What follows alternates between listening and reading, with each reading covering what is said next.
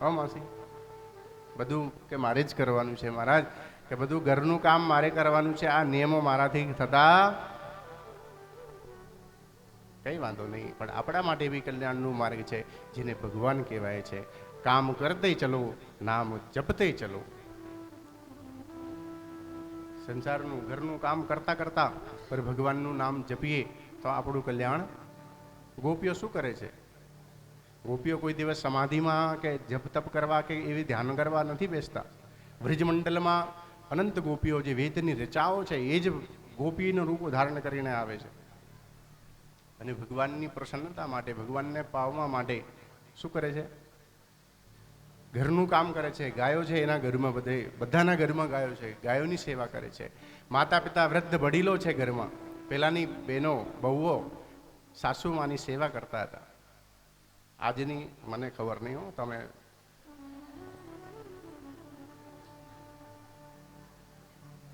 કરે છે?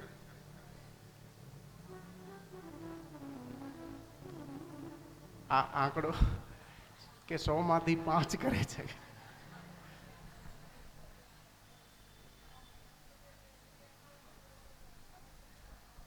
સેવામાં જે માતા પિતા છે ને આપણા ઘરમાં, એ ભગવાનની કૃપાના માધ્યમ છે. બહુ જ ગંભીર વાત હું કરું છું, ખૂબ જ ધ્યાનથી સાંભળજો કે આપણા ઘરમાં જેટલા બી વડીલો છે, માતા પિતા, સાસુ સસરા છે, એની આપણે સેવા કરીએ તો ભગવાન રાજી થાય. ભગવાનને રાજી કરવાનું આપણી જોડે બીજું માર્ગ શું હશે? આમ કહી દો મને ખાલી. જપ કરવાથી ભગવાન રાજી થાય? હું આગળની કથામાં બોલવાનો છું. તપસ્વીનો દાનપરા યશસ્વીનો મનસ્વીનો મંત્રવિદ સુમંગલા, કે ગમે એટલા મોટા તપસ્વી થઈ ગયા, ગમે એટલા મોટા યશસ્વી થઈ ગયા હોય, ગમે એટલા મોટા મનુષ્ય મંત્રવેદતા થયા હોય, પણ શરણાગતિ વગર એનું કલ્યાણ ભગવાન કૃપા કોઈ દિવસ કરતા. તો ભગવાનની કૃપાનું સાધન શું, માધ્યમ શું?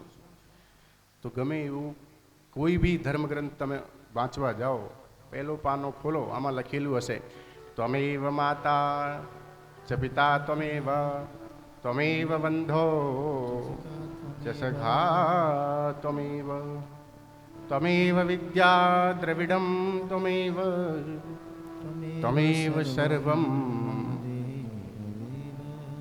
આપણી માતા છે એ ખરેખર ભગવાન નથી, પણ આપણા માટે ભગવાન છે, અને ભગવાન કરતાં પહેલાં પૂજનીય છે. તમે એક ઘડી ભગવાનની આરતી પૂજા સેવા નહીં કરો, લાલજીને ના નવડાવો, હું ભાગવત વ્યાસપીઠથી કહું છું, ખરેખર ચાલશે, કંઈ વાંધો નહીં. પણ માતા પિતાની, સાસુ સસરાની સેવા કરો. 50 વર્ષ ઉંમર થયા હોય ને તો એને પગમાં દુખાવો એમને એમ થતું જ હોય. 50 વર્ષ જેના થયા હોય એને હાથ પગ દુખે છે કે નહીં, આમ કહી દો ખાલી. હા તો પાડી દો. જો બધા 50 વર્ષ ઉપરમાં જ છે લગભગ. તો ઘરના બાળકો, બહુઓએ માતા પિતા, સાસુ સસરાની સેવા કરવી. એની સેવાથી, જો હું પાછું ફરીથી એકવાર કહું છું કે આ ભગવાન નથી, પણ આપણા માટે ભગવાન કરતાં પણ પહેલાં પૂજનીય છે, સેવનીય છે. એની સેવા કરવી, એની સેવા કરીશું તો ભગવાન રાજી થશે, અને ભગવાન રાજી થશે ત્યારે જ આપણા જીવનમાં કલ્યાણ થાય. જા પર કૃપા રામ કી હોઈ, બોલો જોરથી બોલો, વાંધો નહીં. તા પર કૃપા કરે ભગવાન રાજી થાય, એનું સર્વત્ર કલ્યાણ થાય છે સાહેબ. અને ભગવાન રાજી ના થયા હોય તો આપણે ઘરેથી નીકળ્યા હોય, કૂતરો કેરડી જાય, બાઇક લઈને ગયા હોય તરત પડી જાય, ગાડી લઈને ગયા હોય ભટકાઈ જાય, યાત્રા કરવા ગયા હોય તો નદીમાંથી પેલા લોકોએ કાઢવું પડે, એવું થાય. એવું જ થાય ને. અને ભગવાનની કૃપા હોય તો આપણે બધે સર્વત્ર કલ્યાણ થાય છે. આખી પ્રકૃતિ આપણું કલ્યાણ કરે છે. નદીઓ, પર્વતો, કિન્નરો, ગંધર્વો, અપ્સરાઓ, દરેક તીર્થ ચિત્રો, બધા જ ઈશ્વર શક્તિઓ આપણું કલ્યાણ કરે છે જ્યારે ભગવાનની કૃપા થાય છે. અને ભગવાનની કૃપા ત્યારે જ થાય છે જે પોતાના મા બાપની સેવા કરે છે. ઘરના માતા પિતા, વડીલો દુઃખી હોય, ભગવાન કોઈ દિવસ રાજી થાય? લાખો કમાતા હો ભલે, મા બાપ જેના ના ઠર્યા, લાખ નહીં પર ખાખ છે એ માનવું. आज पुजाना आज पूजा से पृथ्वी पर बैठा आज भगवान છે ઓ ભાઈઓ બેની. મા બાપથી મોટું યા દુનિયામાં કોઈ નથી.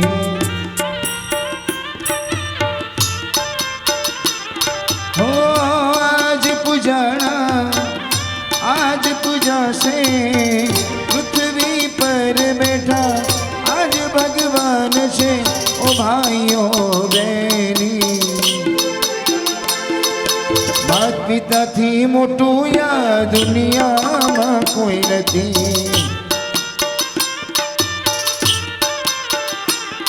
હે મા બાપથી મોટું આ દુનિયામાં કોઈ નથી.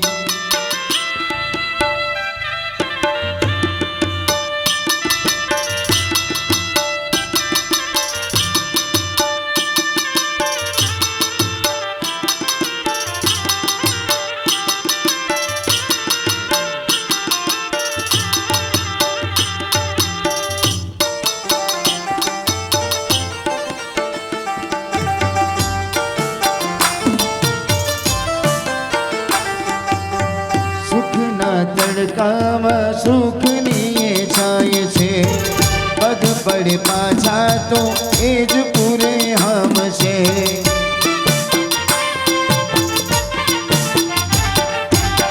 દુઃખના તડકામાં સુખની છાય છે. પગ પડે પાછા તો એક પૂરે હમ છે. ઓ કદી ના દુભાવીએ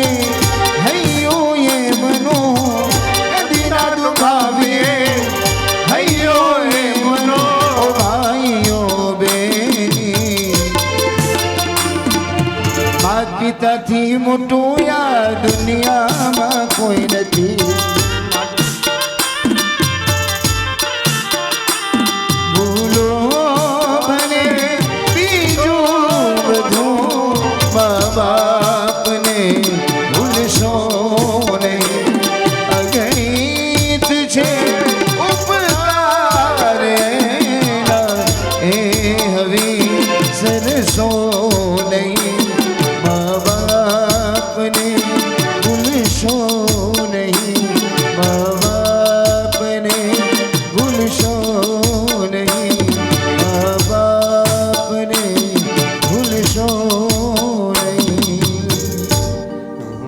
वदन्ति तत्तत्त्वविदस्तत्त्वं यज्ञानमद्वय ब्रह्मेति परमात्मेति ભગવાનિતિ સત્યતે. એ જ પરમ તત્વને બ્રહ્મ, પરમાત્મા અને ભગવાન એવું કહેવામાં આવે છે. ભાગવતના પ્રારંભમાં જ શ્રી સૂતજી આવું બધું ક્લિયર કરે છે. કેમ કે કદાચ કથા સાંભળતા સાંભળતા આપણા મનમાં એવું ના થાય કે અમે તો ભગવાનની કથા સાંભળી છે કે આપણા કરતાં યોગીઓ કે બહુ મોટા છે કે ના, એ કોઈ દિવસ મોટા છે. આપણે બી ભગવત ભક્તિ કરીએ છીએ, સ્મરણ કરીએ છીએ. ભક્તિ 9 પ્રકારની છે. શ્રવણમ, કીર્તનમ, વિષ્ણુ સ્મરણમ, પાદ સેવનમ, અર્ચનમ, વંદનમ, દાસ્યમ, સખ્યમ, આત્મનિવેદનમ. તો આપણે ભગવાનની કથા સાંભળીએ છીએ. આ પહેલી ભક્તિ છે. એના સિવાય તો બીજી આવે.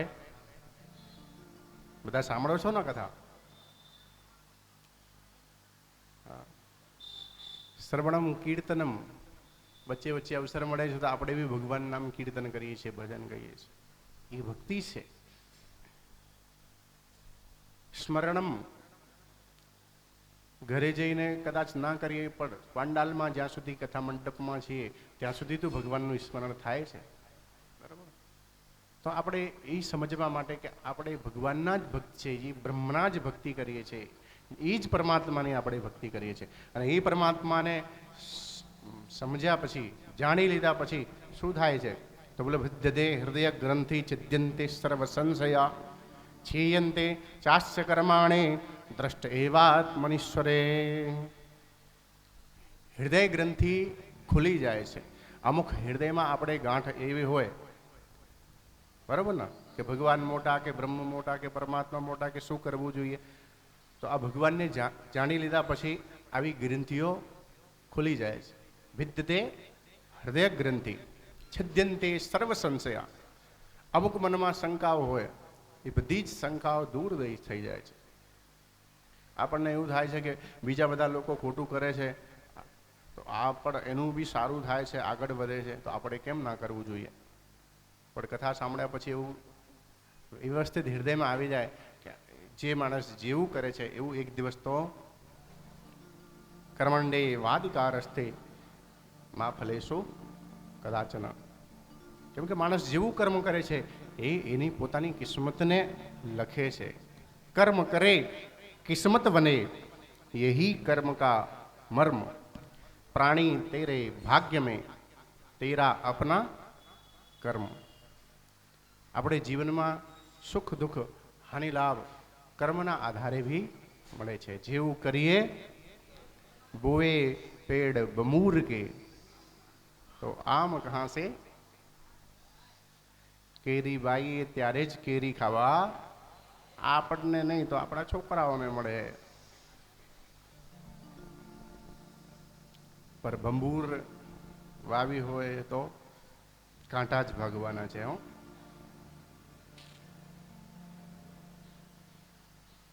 બોલો વૃંદાવન વિહારી લાલ કી. વાહ, સરસ. રાધે રાધે. ભગવાનની આવી દિવ્ય શ્રીમદ ભાગવતની કથા.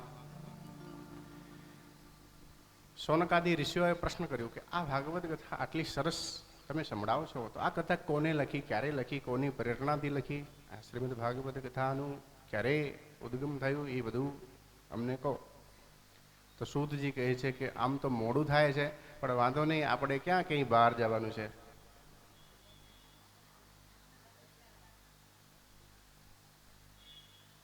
વાંધો નહીં તો મહારાજ તમે શોર્ટમાં કહી દો તો વાંધો નહીં. 2-5 મિનિટ સંક્ષિપ્તમાં આપણે ભાગવત કથા કેવી રીતે લખી વ્યાસજીએ એવું બધું સાંભળી લઈએ. તો એક વેદ જેને ઋગ્વેદ કહેવામાં આવે છે. કૃષ્ણ દ્વૈપાયન વેદ વ્યાસજીનો જન્મ પરાશર ઋષિના ત્યાં મત્સ્યગંધા એવા સત્યવતીના ગર્ભથી થયો, જે ભૂત ભવિષ્ય અને વર્તમાન ત્રણેય કાલના જાણકાર છે એવા ઋષિ છે.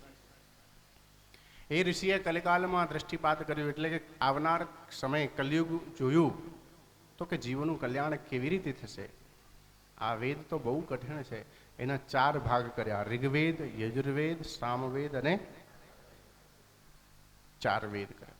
પણ વિચાર કર્યું સ્ત્રી શુદ્રજબંધુ નામ ત્રૈન શ્રુતિ ગોચરા કે વેદનું અધિકાર બધાને નથી તો એ લોકોનું બી કલ્યાણ કેવી રીતે થશે.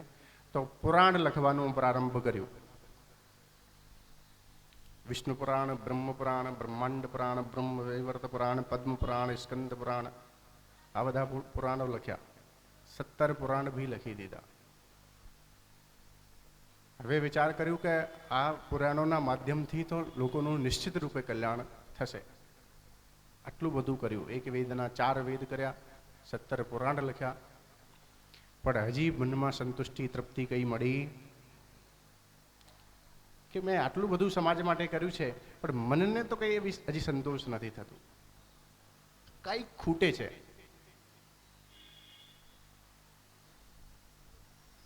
ભગવાનનું ચિંતન કરતા હતા એ જ સમયે દેવર્ષિ નારદ નારાયણ નામનું જપ કરતા કરતા વ્યાસમુનિ પાસે આવે છે.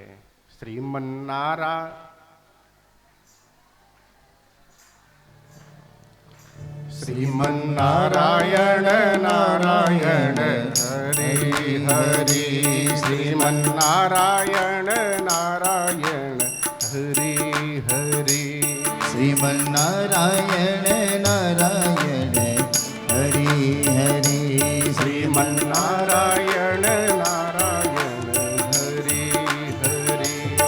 તેરી લીલા सबसे न्यारी न्यारी हरी हरी, तेरी लीला सबसे न्यारी न्यारी हरे हरि ओ तेरी लीला सबसे न्यारी न्यारी हरि हरि तेरी लीला सबसे न्यारी न्यारी हरि हरि ओ श्रीमन नारायण नारायण हरि हरि श्रीमन नारायण नारायण हरि हरि श्रीमन नारायण नारायण हरि हरि ओ श्रीमन नारायण नारायण हरि हरि એ દિવ્ય નારાયણ નામના કીર્તન કરતા નારદજી ત્યાં પધાર્યા અને વ્યાસજીએ જોયું કે નારદજી આવ્યા છે તેમનું સ્વાગત કર્યું, આસન પાથરીને બેસાડ્યા. નારદજીએ સામેથી પ્રશ્ન કર્યો કે વ્યાસજી આપ થોડા ઉદાસ દેખાઓ છો, કે શું થયું? વ્યાસજીએ પોતાની વ્યથા કીધી કે મેં એક વેદના 4 વેદ લખ્યા અને 17 પુરાણ બી લખ્યા છે લોક કલ્યાણ માટે, પણ મને હજી સંતુષ્ટિ મળતી નથી. એવું લાગતું જ નથી કે મેં સમાજ માટે કંઈક કર્યું છે, કંઈક ખૂટે છે. નારદજીએ કીધું કે શું ખૂટે છે એવું હું કહી દઉં કે કહી દો પ્રભુ? નારદજીએ કીધું કે તમે ધર્મ અર્થ કામ મોક્ષ એવા પુરુષાર્થોનું વર્ણન તો બહુ વિસ્તારપૂર્વક બધું ઢગલાબંધ કરી દીધું છે, પણ ભગવાનની લીલા ભગવાનના ગીત તમે હજી સુધી નથી ગાવ્યા. ભગવદ લીલાનું વર્ણન નથી કર્યું, ભગવાનની બાલ ક્રીડાઓનું વર્ણન હજી સુધી નથી કર્યું. ભગવાન ભક્ત ઉપર કેવી રીતે કૃપા કરે છે એ બધી લીલાઓ હજી તમે લખી કે ગોવિંદના ગીત ગાવા પડે તમારે. એ સિવાય મનને સંતુષ્ટિ મળવાની, સંસારમાં ગમે એટલું કરીએ જ્યાં સુધી ભગવાન નામની ગાન ના કરો ત્યાં સુધી તમારું કલ્યાણ નથી થવાનું. નારદજીએ પોતાના પૂર્વજન્મની કથા બી કરી કે પૂર્વજન્મમાં હું દાસી પુત્ર હતો, સંતોની સેવામાં મારી મા અને હું 2 જણા સંતોની સેવા કરતા હતા, પણ સંતોના સંગથી મને ભગવત રસ ચડ્યું, એટલે કે ભક્તિ કરવાનું રસ મળ્યું. સંતોએ ગુરુમંત્ર બી આપ્યું, પણ ઘરમાં માતાજી છે એટલે સંતો જોડે તો જવાય, ઘરમાં મા છે એની સેવા કરવી પડે. પર માતાએ અમુક સમય પછી સર્પે દંશ માર્યું, માતાનું મરણ થયું, એની અંત્યેષ્ટિ ક્રિયા કરી. હું ભગવાન જપ કરવા તપ કરવા માટે નીકળી ગયો અને ભગવાનનું ધ્યાન કરતાં કરતાં એકાએક મનમાં હૃદયમાં ભગવત છબીનું મેં દર્શન કર્યું. એ સમયે આકાશવાણી થઈ કે નારદજી કે હજી તમે પરિપક્વ યોગી નથી થયા, એટલે હજી તમારે તપ કરવાનું બાકી છે. એ જીવનમાં બહુ જ ભગવાન નામ કીર્તન કર્યું, જપ તપ કર્યો, એટલે બીજા જન્મમાં મને બ્રહ્માના પુત્ર નારદ રૂપે જન્મ મળ્યું છે. આ જન્મમાં ભગવત નામનું પ્રભાવ જો કે આ જન્મમાં નારદ રૂપમાં મને, હું દેવતાઓમાં જાઉં કે માનવોમાં જાઉં કે દાનવોમાં જાઉં, ક્યાંય બી જાઉં મારી સર્વત્ર પૂજા થાય છે. બધા જ મને ગુરુજી ગુરુજી કહીને પગે લાગે છે. અને નારદજી જેને બી શિષ્ય બનાવે છે એનું નિશ્ચિત રૂપે ભગવાન કલ્યાણ કરે છે. ધ્રુવજીના ગુરુ કોણ? જોરથી બોલો થોડું. પ્રહલાદજીના ગુરુ હે? બોલો, આટલી બધી કથાઓ સાંભળી હોય તો એવું ખબર પડવી જોઈએ ને. તો નારદજી બધા ગુરુ છે એ લોકોના. અને નારદજીએ જેને બી કંઠી આપી, જેને બી શિષ્ય બનાવ્યું, ભગવાને એને પરમધામ પરમ ગતિની પ્રાપ્તિ કરાઈ છે. તો વ્યાસ મુનિએ મનમાં સ્મરણ થઈ ગયું કે મારે ગોવિંદના ગુણ ગાવાના છે, અને આપણે બધાએ પણ ઉભા થઈ ગોવિંદના ગુણ ગઈ ગરબા કરીશું 5-10 મિનિટ. અને કાલથી આપણે કથામાં વચ્ચે બી એકવાર 10 મિનિટ માટે ગરબા લઈશું, બરોબર? હા કે ના? અરે વાહ, બધા આ ગરબા માટે બધા હા પાડે. મને લાગ્યું કે આજે કંઈક કરાવવું જોઈએ, પણ વાંધો નહીં, કાલથી આપણે કરીશું, બરોબર? વચ્ચે એકવાર લઈશું ગરબા. તાળી પાડો તો મારા રામની રે તાળી ના હોય જો, તાળી પાડો તો મારા રામની રે બીજી તાળી ના હોય, તાળી પાડો તમારા રામની રે તાળી ના હોય જો.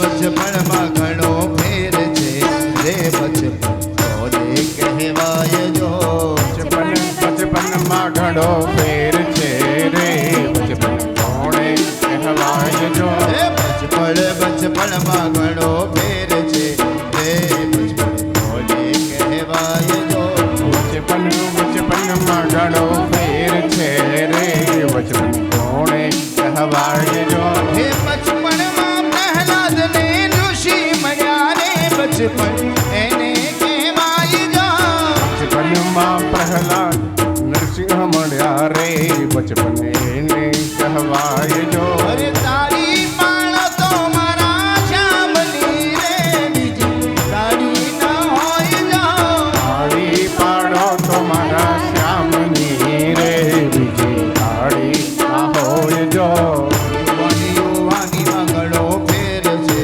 રે યુવાની કોને કહેવાય જો જુવાનીમાં ઘણો ફેર છે રે જુવાની કોણે કહેવાય જો હે યુવાનીમાં મીરાબાઈ ને શ્યામ મળ્યા રે યુવાની એને કહેવાય જો જુવાનીમાં મીરાબાઈએ શ્યામ મળ્યા રે જુવાની એને કહેવાય જો હે તારી મારો તો મારા રામની રે બીજી તારી ના હોય જો તાળી પાડો તમારા રામની રે તાળી ના હોય જો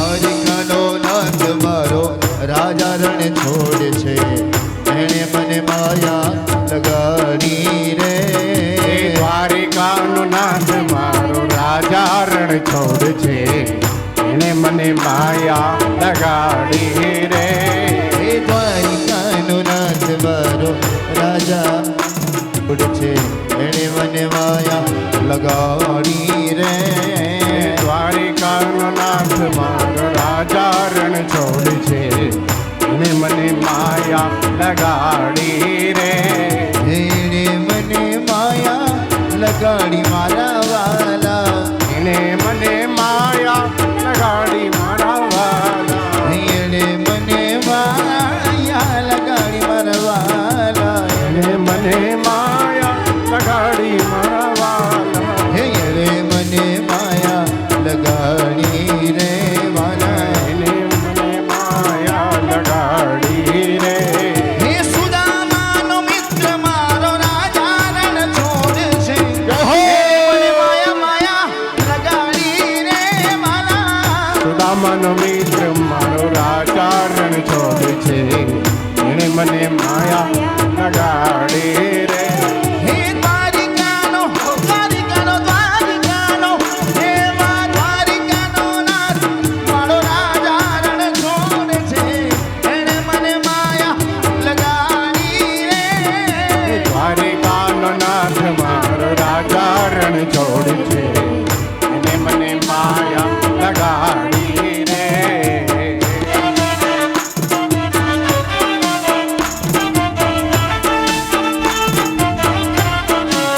જય દ્વારકાધીશ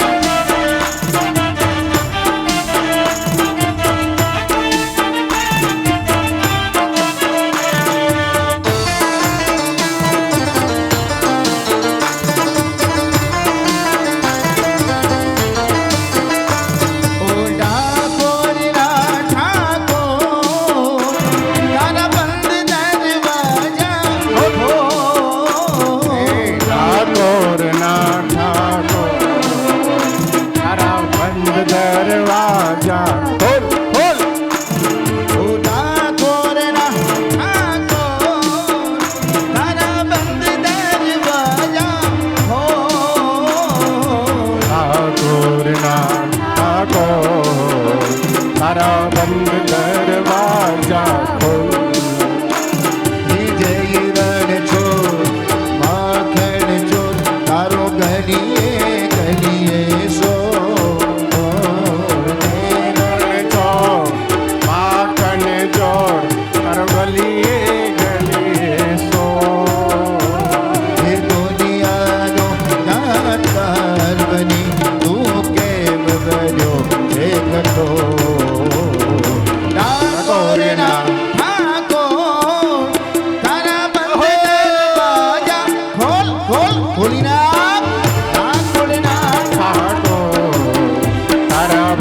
દરવાજા ખોલ.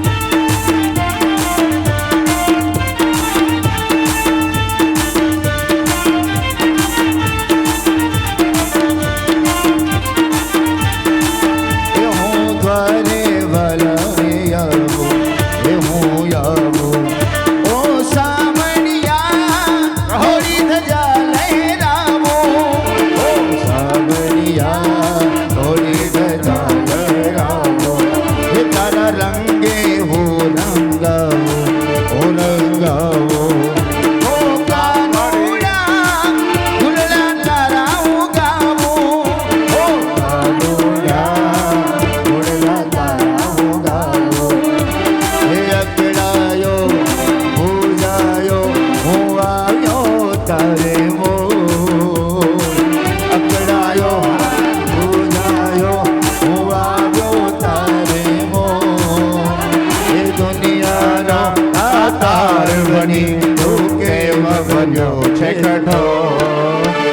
ઠાકોરના ઠાકોર તારા બંધ દરવાજા ખોલ. ઠાકોરના ઠાકોર તારા બંધ દરવાજા ખોલ. ઠાકોરના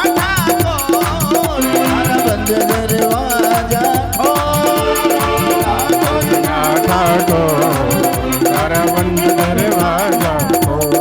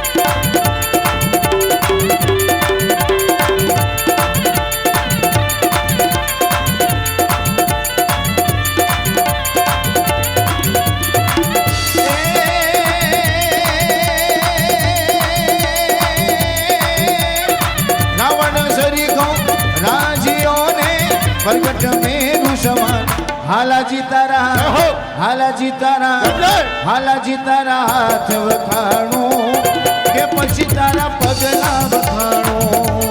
હાલાજી તારા હાથ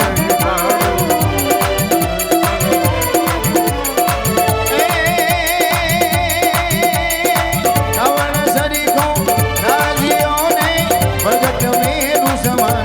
હાલાજી તારા હાથ વખાણું પછી તારા પગલા વખાણો. હાલાજી તારા હાથ વખાણો પછી તારા પગલા વખાણો. હાલાજી તારા હાથ વખાણો કે પછી તારા પગલા વખાણો. રાવણ સરીખો રાજીઓને વરગટ મેરું સમાન. બોલો શ્રી ભાગવત ભગવાન કી